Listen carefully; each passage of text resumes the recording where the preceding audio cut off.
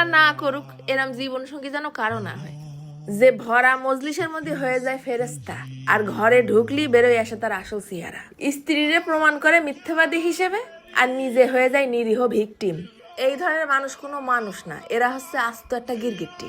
বাইরের মানুষের সামনে হয়ে যায় সত্যবাদী, আর ঘরের মধ্যে হয়ে যায় বিষাক্ত।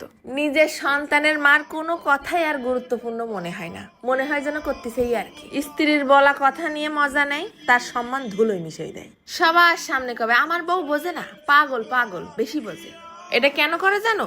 কারণ সে জানে সে যেটা করতেছে সেটা ভুল, তার আচরণও ভুল, কিন্তু সে মানতে নারাজ, এবং সে এটারে সবসময় ধামা চাপা দিয়ে রাখতে চায়। এরকম জীবন সঙ্গী তার স্ত্রীরে পাগল বানায় ছেড়ে দেয়। প্রত্যেকটা কথায় কথায় খুঁত ধরে, এমনকি বাইরের লোক তো দূরের কথা, নিজের সন্তানের সামনেও প্রতি পদে পদে অপমান করে। স্ত্রী 10 দিন চুপ থাকতে থাকতে যখন একদিন চিল্লাই ওঠে, তখন আশেপাশের লোকজন শুনে কয় কি ওই বিটিই বেত্তমিজ। কিন্তু কেউ এটা খোঁজ নিয়ে দেখে না যে তার স্ত্রীর এরকম খারাপ ব্যবহার করার পিছনের কারণটা কি।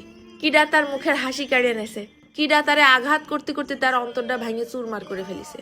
এটাও কিন্তু একটা মুনাফিকতা, এটাও একটা অত্যাচার। স্বামীর এই ছোট ছোট আচরণগুলো স্ত্রীর ভিতরে ভিতরে মনের থেকে হত্যা করে ফেলে।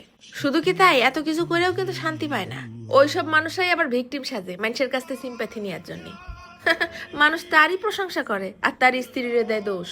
এখন কও, শুধু কি স্ত্রীরাই ছলনাময়ী, নাকি পুরুষরাও দুই চেহারাওয়ালা রং বদলানো গিরগিটি হয়?